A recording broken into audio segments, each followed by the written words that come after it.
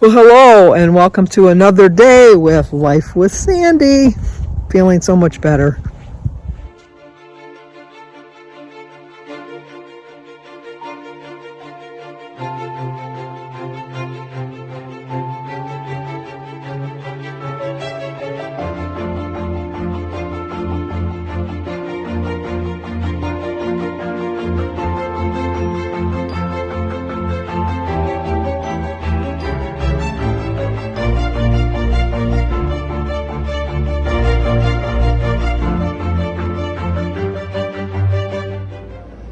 Okay, this morning we're going to start off with an apple and 32 ounces of water. Well, hello. Today is Saturday, January 7th, and we have only one birthday today. Today is Phyllis Lopez's birthday. So, Phyllis, happy birthday to you. Happy birthday to you. Happy birthday, dear Phyllis. Happy birthday to you. Cha-cha-cha. And it didn't crack. My voice didn't crack at all, did it? Well, maybe it did a little bit. I don't know. We'll see. But Phyllis, have a great birthday today. I'm actually feeling pretty darn good. I would say I've got myself at like 90% right now. Maybe 95. But I'm going to stick with 90. I went to bed last night and I slept. Well, I woke up one time. I took some cough medicine before I went to bed. I took some Mucinex before I went to bed. And then I think it was like 5 or 6 hours later, you could take another dose. I forget exactly how much it was. But I woke up like 6.5 hours later and took another dose. I slept 10 hours. 10 hours. My body just must need the rest. That's all I can think.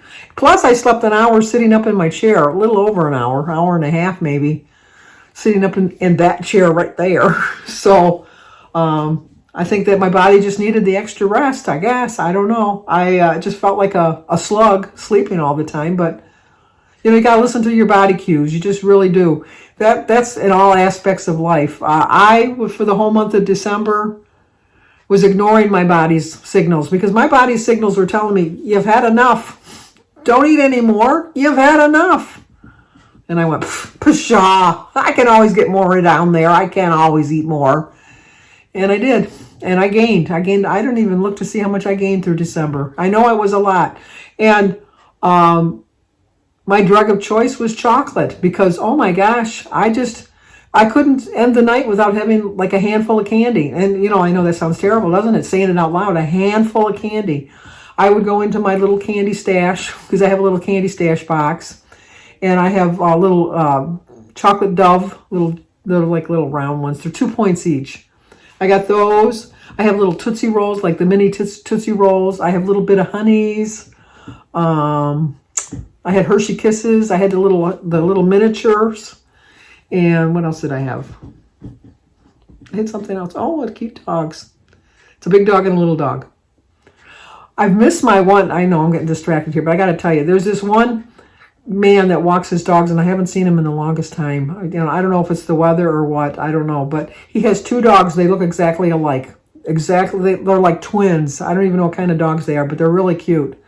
And the one dog, he has 2 leashes, obviously, 2 separate leashes, not one leash with a double. It's just 2 separate leashes. And the one dog is running ahead like, I'm going for a walk, I'm going for a walk, I'm going for a walk. And the other dog is dragging his ass behind going, oh, we're going on another walk. We're going on another walk. I think the dog in the back is probably the older dog, and the younger dog is the puppy in the front. But anyway, so back to my candy story. I got distracted. It happens. This is probably why I faced the other way. But I thought, you need a new view. How's that sound? You just needed a new view. I know this one's kind of boring, but anyway, and I had that. And then what else? Oh, and some M&M peanuts.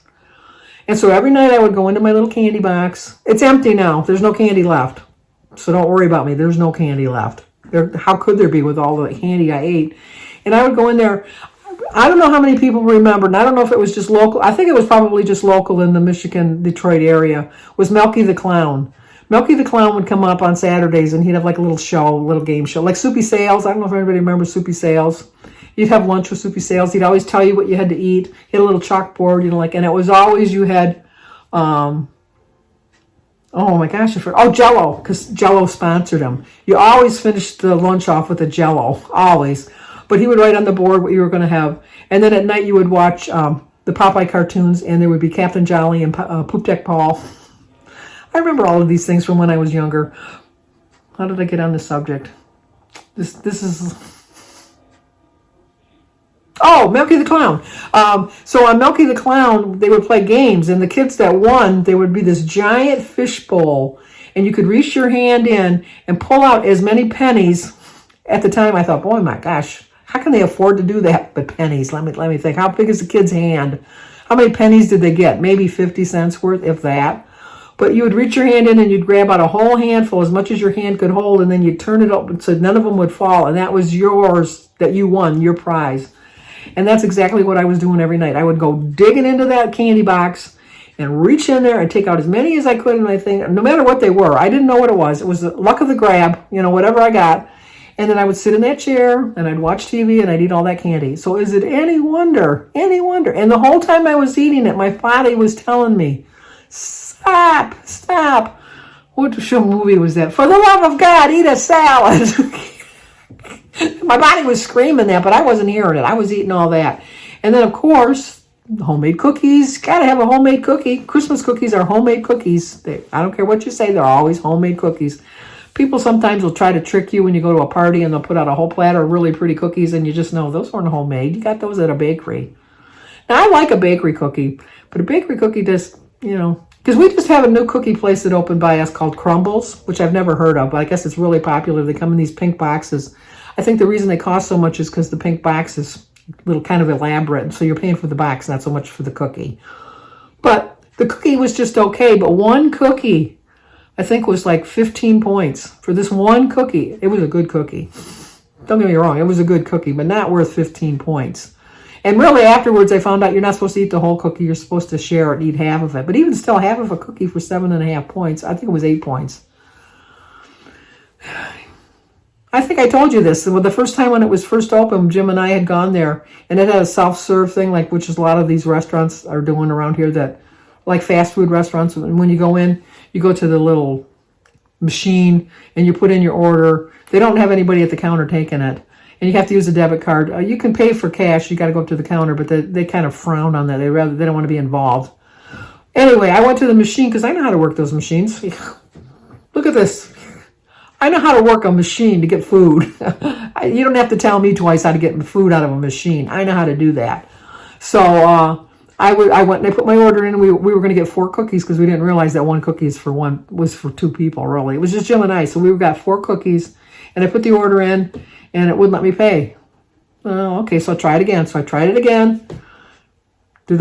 Wouldn't let me pay. So finally I thought, well, I'm going to have to go up there and admit I don't know what I'm doing. So I went up to the counter and I said, I really don't know what I'm doing. But, can I pay for the cookies here? Yes, you're old. We'll do it. That kind of attitude. So they rang up my cookies, and so I stepped to the side, and then there was another couple that was behind us, and they had ordered 6 cookies. So they just swiped their debit card, and the machine didn't pay any attention, blah, blah, blah, walk up to the counter. My cookies, I guess, because the ones I was ordering weren't really made just yet, so I had to wait till the batch came out. But the other cookies, they got the last of the cookies or something. I don't know how it worked. Anyway, they got my cookies. I think probably because they got their order in before I got my order in physically. They got theirs in the machine, so their order popped up before mine. Yeah, I think that's how it worked. Because when they got it to her, they were bringing her the cookies, and they bring her like this 2 boxes of 4, because that's the way it was ordered on the machine, and then the 1 box of 6. And so she said, no, we only have the 6 cookies. And she says, no, you paid for 14 cookies. And she says, no, I didn't. And the girl said, well, that's what our machine's saying. You might want to look at your debit card purchase. And so she looked at her debit card. She says, oh my gosh, I think it was like $70 for like 16 cookies. She says, oh, heavens, no. And then I looked at her and I said, were you on that machine over there? And she said, yeah. I said, that was my machine. I couldn't figure out how to work it. And she said, oh my gosh. I said, well, thank you for paying for my cookies. And she said, you look like a sweet lady, but, I'm not paying for your cookies. So just then they brought me my 4 cookies that I had already paid for. But they were like, the 4 cookies were like $20-some. I mean, it was like ridiculous how much they were. And then we got home and they were just okay. Just okay. But Brooke, Danny's new girlfriend, she made cookies. Delicious. Christy always makes homemade cookies. Delicious. Yes. Birdie makes homemade cookies, but we haven't seen Birdie because she's been sick. I've been sick. We haven't even exchanged our Christmas gifts yet. So when she finally gives us our Christmas cookies, they're going to be stale. So I'll take them, but I'll just probably throw them away because maybe she won't even bring them because they'll be stale because she's very, she's not going to want to give me stale cookies. But anyway, I need to start listening to my body more. And when my body's saying, eat a salad, I need to follow through. So the candy was kind of addictive. When it was getting there closer to Christmas and I was still eating it, I really wasn't enjoying it. I really wasn't tasting it. But my body had already got the notion that it needed it, like an addiction, like a drug of choice. Like if you're cigarette smokers or the nicotine gets you, and if you're a drug user, whatever drug it is, reminds you that that you need your fix. And I needed my chocolate fix every night. Now, since I started my plan, I did start it on New Year's Day because New Year's Eve, the chocolate bunny was still calling me. Not the bunny. The chocolate monster was calling me, and I still ate chocolate on New Year's Eve because I thought I'm going to start fresh tomorrow. Probably the good thing is that I was sick at the beginning of the week because I just didn't have much of an appetite, and so the chocolate kind of left me. But I still had the cravings for it, but then my stomach with everything going on just wouldn't handle any kind of chocolate going in it. Because I did try. Well, let's be honest. On Sunday, I did try to have some chocolate. Did not agree with me. So I think I've gone through my withdrawal. Today's the 6th day of not having any chocolate of any kind. And I do feel that it's left, my urges for it has left me. But I think that what I'm trying to do this year is to focus on today. I'm not going to worry. I did a menu plan. I'm pretty much sticking to it. But if you're following along with me with my menu plan, you see I changed up my menu plan a little bit today. Today I was supposed to have a bowl of Rice Krispies and for my breakfast, and I didn't have a bowl of Rice Krispies.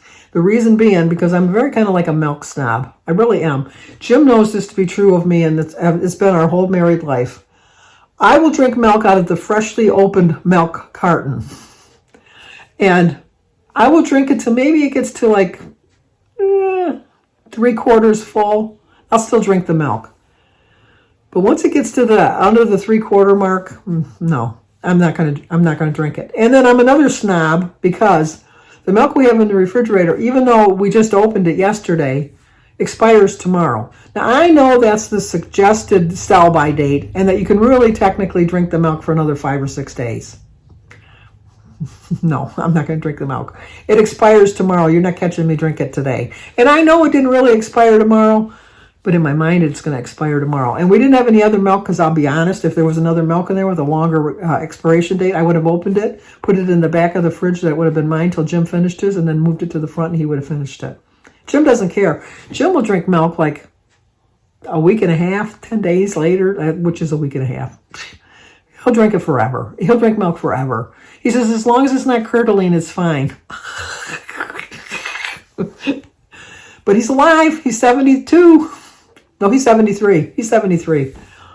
He's 73 and he's alive. So I guess he's built up enough antibodies in his body that he can eat curdled milk, because to me it's curdled. It's not the least bit curdled, but in my mind it's curdled. And I agree with Janice W., because Janice Winthrow, I think is her last name, but I know it's Janice W. She had said that the reason I think so many people get sick nowadays is because we've worn masks for so long and we're not building up germ tolerance, which I kind of think. I remember when I was younger, if somebody in the street had measles, of course they don't know what they know now, but I mean back then, if somebody got sick with something, my mother would bring you over there so you could spend the day with them so that you could get it, so you could get that out of your system. She wanted you exposed to as many germs as possible. And I was exposed to a lot of germs growing up because I did have measles, I did have chicken pox, I did have strep throat. Obviously, I had the flu. But for the most part, I've been a healthy adult. I really have been a healthy adult because we always ate properly. Even though we didn't have a lot of money, we always had fruits and vegetables in the house. We always had well-balanced meals. And we always had to go outside. We weren't allowed to stay in the house. You go outside. You know, if you want to just sit around, fine. Go sit around. Go sit in a tree. Go sit outside. You're not sitting in the house.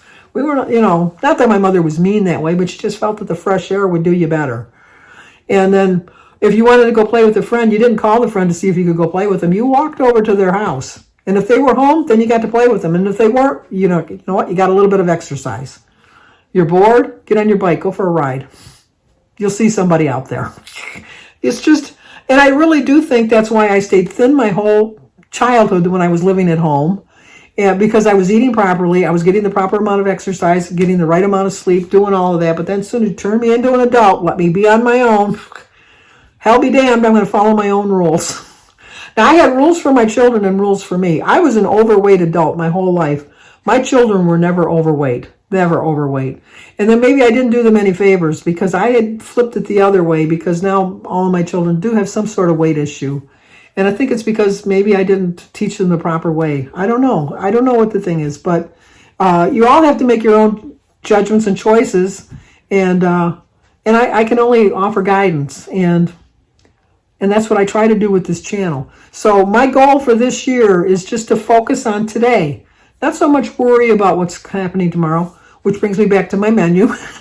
I did do a menu plan. I stuck to it pretty much through the week. I do plan on making another one for the following week because it did help guide me along the way. Not to say that I didn't change it up a little bit along the way, but I stayed within my points, which I was not doing when I did not have a menu plan. So that really, really worked for me. As Lainey and Lainey's Life pointed out, when I always say this is my morning snack, she always says the first meal of the day is your breakfast. Lainey, I agree with you. Your first meal of the day is your breakfast, but to me that is not a meal. That is a snack. So I just can't eat a lot of, because I still, you'll see with my breakfast it's getting a little bit heavier again. I have to really watch that because I really have my appetite back today. I don't know if it was just that I'm finally breaking through the barriers of this illness or what, but I'm so feeling so much better, and my appetite came back this morning. I had the apple for a snack, thinking the whole time about Lainey, and then went on to have my breakfast. So I don't know. I'm not going to have a lunch because my breakfast was so big, so I want to get back out of that habit because I do think that dividing my meals up along the day is going to help me. I'm always going to call it my morning snack. I'm never going to call it my breakfast unless it's my actual breakfast, and just go from there. I did catch up on all my videos today. Kim had a girl on her phone. She made some, I've never had a Salisbury steak, which I know is just hamburger, but I've never had a Salisbury steak. And when I saw how quick and easy it was to make, I'm thinking, I'm going to add that to the menu because I know that Jim will like it. Although Kim had the dreaded Brussels sprouts with it. I love Brussels sprouts. But if you follow my channel, you know that Jim will not eat anything that's green. Yet he'll drink curdled milk. I don't get it. But anyway, so he will not eat anything green. But I can make some mashed potatoes for him. And it looked really easy. Really, which anybody that said Salisbury steak said, well, duh, Sandy, it is easy. It's one of the easiest meals to make. So I'm going to try to do that. And then I watched Carrie over at Weight Watchers with Carrie. Carrie is back, so go and check out Weight Watchers with Carrie. She's back. And then I watched Edie. And I agree with you, Edie. It's a lot of work. People think they, like, when my kids were in school, I did so much volunteer work. I was the Moms and Dads president, which is like the PTA. I was the president of the Moms and Dads. I was a lunch mother. I was a catechism teacher. I was a lector at church.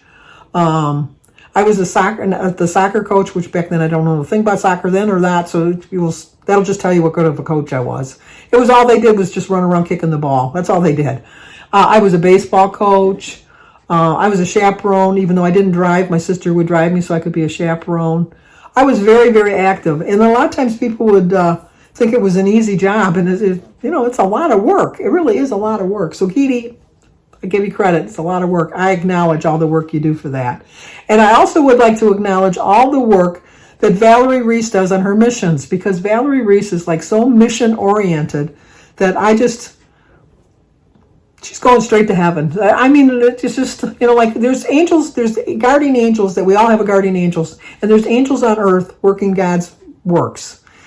And Valerie Reese is one of these angels on earth taking care of God's works, because she takes care of so many different missions, and she's so involved in her channel. So I know she's involved in another mission, and I don't want to screw it up by trying to explain how it is, but I'm going to leave a link to her video that explains it, because she's got another mission going on. She does have a GoFundMe page for it. She also is asking for donations of like people that knit and all that. I don't do any of that stuff.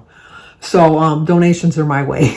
That's my way of contributing, because I just can't, no, not to save my soul. I can't do anything. I put on a pair of pajamas. This will show you how. I have put a pair of pajama bottoms on that I haven't worn in years because I needed to get new pajamas and I didn't get any for Christmas. But the pants are so stretched out from when I was overweight, but they were my favorite pants. And so I went to put them on and they didn't fit because they were too big. They kept falling down. And so what I did was I took the extra side and flapped it over. I know this is going to sound sad. Instead of like a real crafter would take the pants, then take a sewing machine and make a new seam and make it like a perfect fit. I took, let me see if I can stand up. I can't even. I took the pants and folded them over like that till they fit around my waist, and then I took a needle and thread and just sewed them in a bunch. I know, it's sad, but it worked. It worked. That's all that matters. Don't judge me. Please don't judge me. So, as you can see, I'm feeling a little bit better. I'm getting a little giddy, getting like a wacko-doodle again. So, anyway, I want to show you one thing real quick. Let me get this.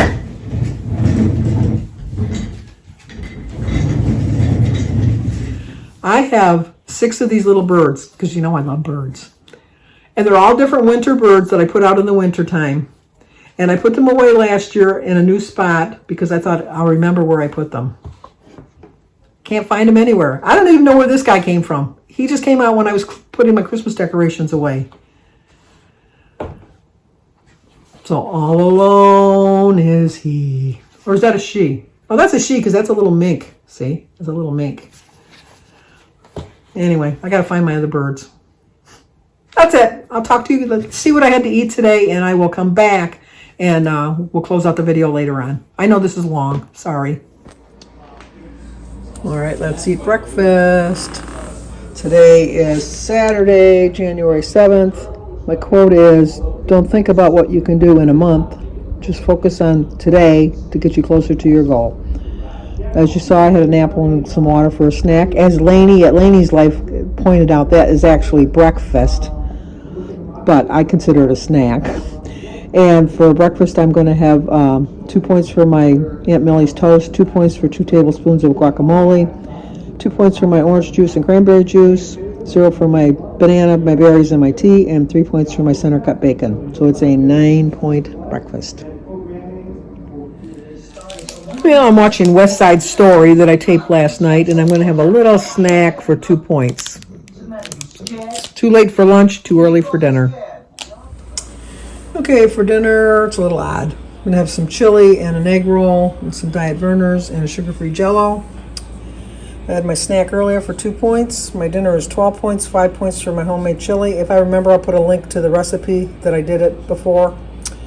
5 points for my egg roll, 2 points for some cheese, 0 for my Vernors and my Jell-O. 23 points for the whole day.